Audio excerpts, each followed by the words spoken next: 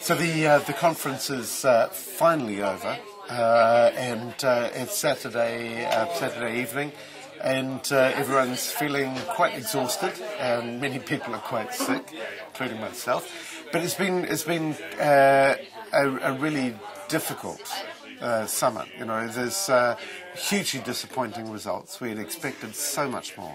We had expected a fair, ambitious and binding deal. We didn't get the fair. We didn't get the ambitious, and even at the end, the prospect of a binding deal was stripped out of the text, and all we left with was a discussion going forward about it maybe being binding. Nobody really has come out of this with a huge amount of credit, apart from, it must be said, the vulnerable countries.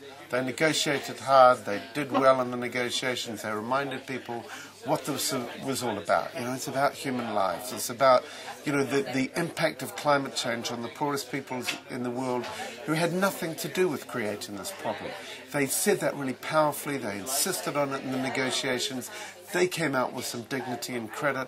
Unfortunately, many others didn't. And, you know, the tragedy is this is such a missed opportunity. This was the biggest heads of state meeting around this kind of issue that we're going to see for a very long time.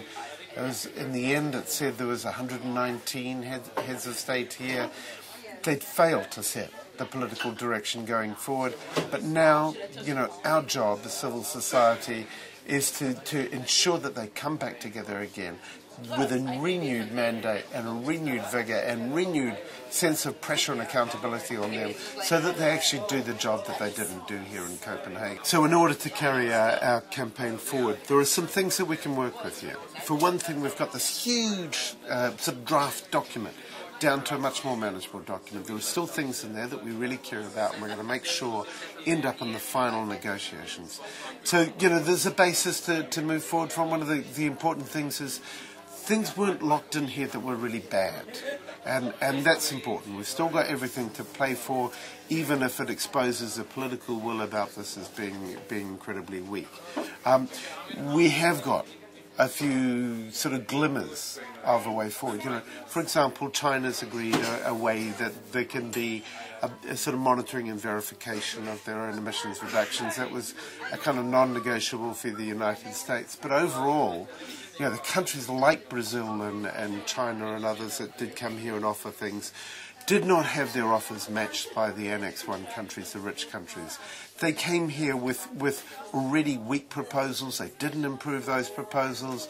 What we even saw as the loopholes being negotiated would mean, instead of 40% emissions reductions, actually, at the end of the day, they're probably going to get away with close to stabilising their emissions from 1990 levels.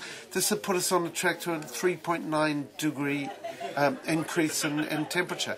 It's an absolute climate catastrophe. So the stakes now going forward are even higher than they ever were. We've got to mobilise. We've got to get people rallied around this. The thought of not having a decent agreement here and accepting the lowering of expectations is just unthinkable. So, you know, now we've really got to up the ante. We've got to express some outrage that this was a bad deal, but we've got to have determination that we can make sure that we build that vital political support, that we can get a decent deal within the next, ideally, 6 months or at most 1 year before Mexico in November 2010. The campaign continues.